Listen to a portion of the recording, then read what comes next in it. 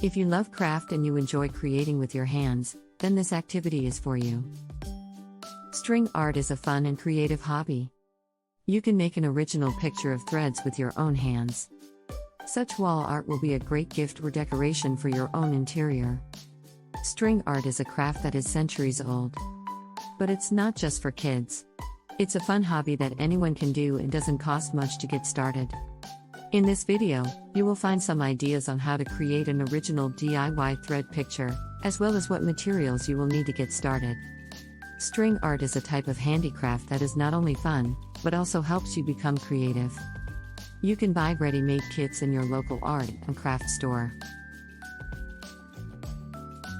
Or you can download a simple template online and use the materials you have on hand. Follow the link under the video and choose a template for string art to your liking.